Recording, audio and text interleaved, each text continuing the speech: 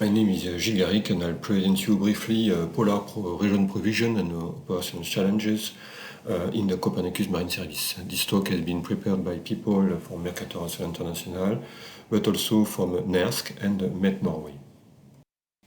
What is the Copernicus Marine Service, or CMAMS? The European Commission has delegated to Mercator Ocean the definition, the implementation, and the managing of CMAMS. Here you have a schematic of the organization in building blocks of CMAMS. Briefly, CMAMS is organized in operation with production and service, where you can find monitoring and forecasting center, producing analysis, forecast and analysis, and also thematic assembly center, which are producing observation data sets from satellite or in situ data. On the other side, we have the evolution of the services on the user uptake program, which showcase how CMAMS data information can be used in various sectors. In CMAMS, you can find three kinds of data and information. The first and most important one is the catalog of ocean product, where you can find all kinds of ocean product. The second kind of data and information is ocean monitoring indicators, where essential variables are used to monitor the health of the ocean. Here you can find an example with the Arctic freshwater content disseminated last year. These ocean monitoring indicators are based on information published every year by experts in the Ocean State Report. The catalog has 174 ocean products covering global ocean and European seas. You can find all kinds of data sources, but all kinds of variables from blue, white, and green ocean. A central information system allows to search, view, and download products online. We have presently 22 ice products in the CMAMS catalog. Sea ice concentration, sea ice thickness, and sea ice drift are the key ice products delivered in CMAMS, but you can also find ice surface temperature, ice age, ice type, snow thicknesses, and density of iceberg. The user uptake program showcases how data and information can be used for various applications. Here you have two examples of two services using CMAMS data for polar environment monitoring. One for safety and disaster sector and the other one for maritime navigation. Both services use analysis and forecast data from CMAMS.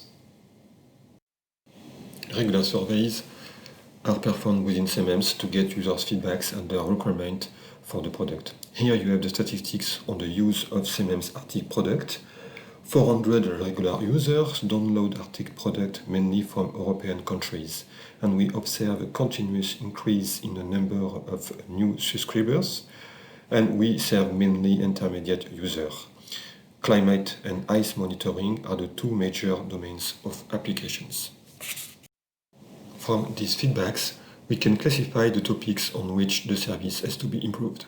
The first recurrent request remains the provision of higher spatial and temporal resolution of product.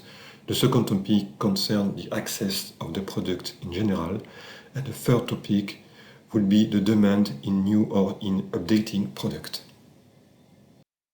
In this table, you have the status of essential ice variables present in the CMAMS catalogs for the near real-time systems. It is classified as a function of spatial resolution and the accuracy. The last column mentions the observation used for the validation and the availability of the corresponding in situ data. Orange and red colors highlight where this catalog could be or hardly improved. We have listed in the two following slides the planned development.